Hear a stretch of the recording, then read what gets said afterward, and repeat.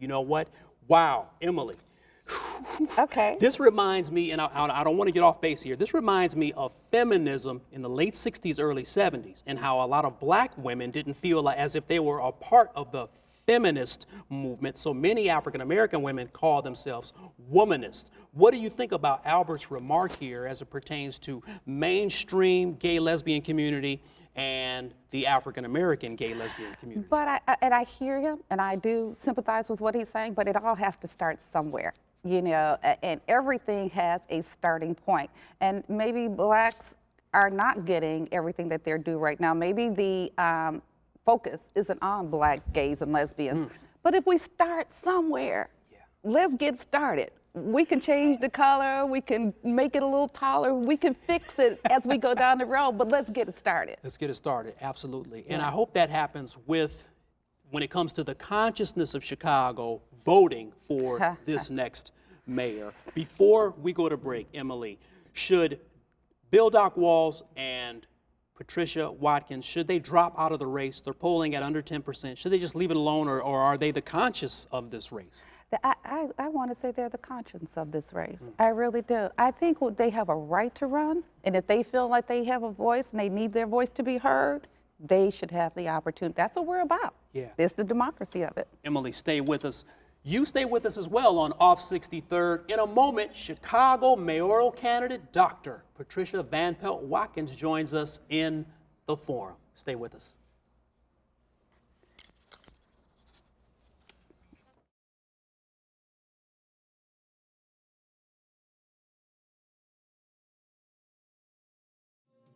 On the other hand, for the other candidate, Van Pelt Watkins, I think she earned herself some recognition and some points for the way she handled it. And her bickering and them bickering, it's just not going to work. People aren't looking for that. People are looking to get past that. We got a recession to talk about, jobs to talk about, schools, as always. So those are the issues that are going to be front running, and you know, people, that's what they're looking at. They're not going to want to hear any of the other stuff. They don't want to see it.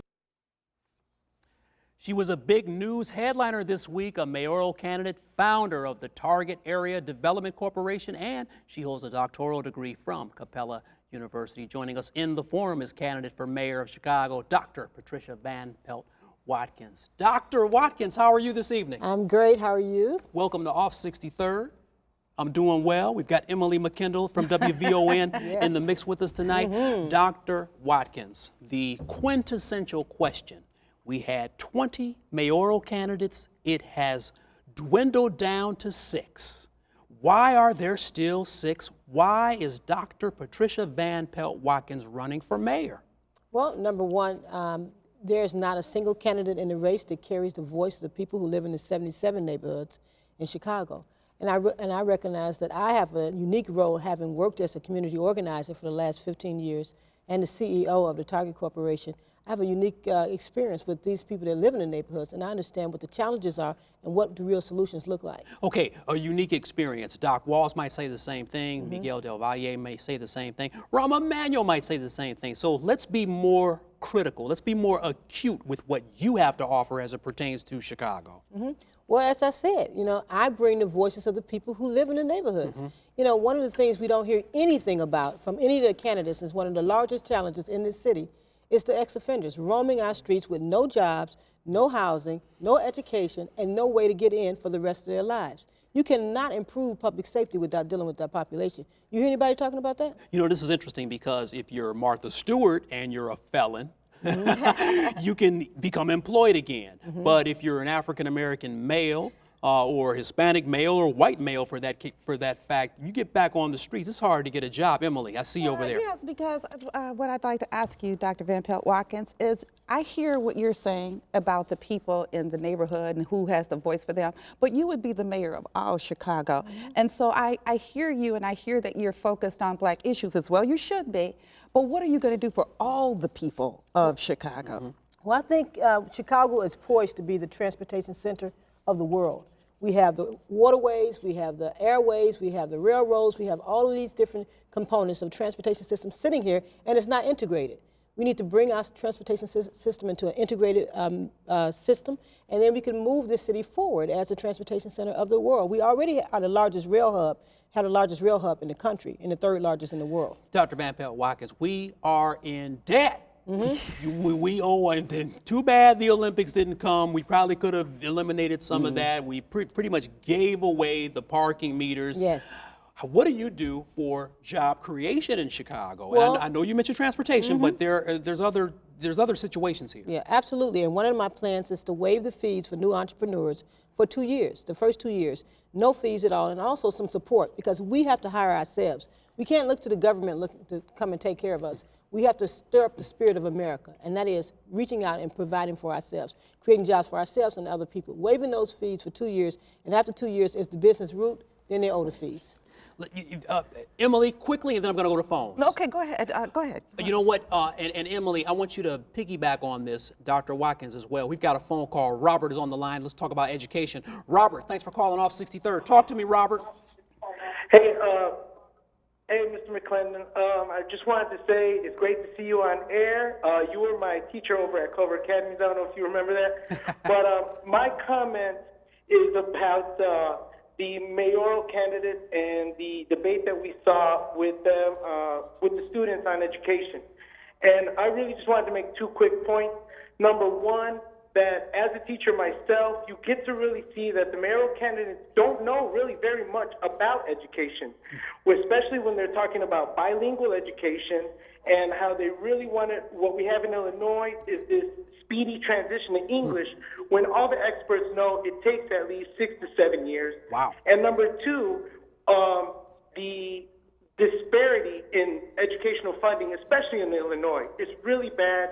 And I would really like to see us move to a system, something like Hawaii, where all districts, regardless of what the house property tax rate is, all districts are getting the same educational funding. Robert, for thank you. public schools. Robert, thank you so much for your call.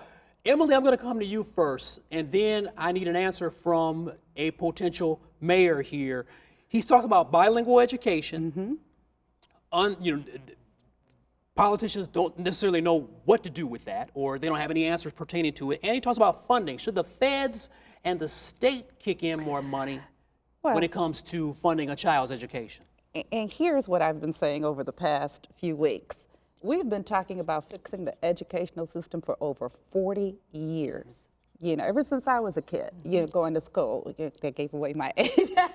But, it's time for somebody to do something. We've been talking, Robert has a very valid point. With the bilingual, I do think that it's only to our advantage to have our children speak more than one language. So it should be taught in the schools. But 40 years we've been talking about fixing this educational system. I have a problem with that. You know what? It's a buzzword. Dr. Watkins. Yes. Buzzword. Emilie McKendall says it. Charter schools, magnet schools, vouchers. What's the answer here? Because if you're a New Trier person, if you're in Wilmette, if you're in Kenilworth, if you're in Evanston, they're going to spend 18, 19, 20 grand a year on you. If you're in a Chicago school system, that much isn't going to be spent. What's the answer as mayor? What would you propose? Well, number one, we need to have an educator over our schools. Right now, the business community runs our schools. Number two, we need an elected school board that is representative of the population. Number three, we need to engage communities in helping to cause the reform to take place.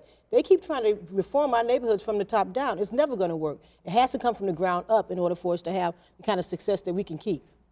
You know what? I got another phone call. You ladies are blowing the lines up tonight. We're going to go back to civil unions. Will, you're on the line. You're on off 63rd. Will, talk to us. What's on your mind? Hey, how you doing, man? Pretty good, Will. What's on your mind? Congratulations on your new show. I just wanted to speak about the issue of civil unions. It's just peculiar to me that we seem to promote the sort of mentality that it's something that is acceptable or should be acceptable. One of your guests made the comment that we're in a progressive society.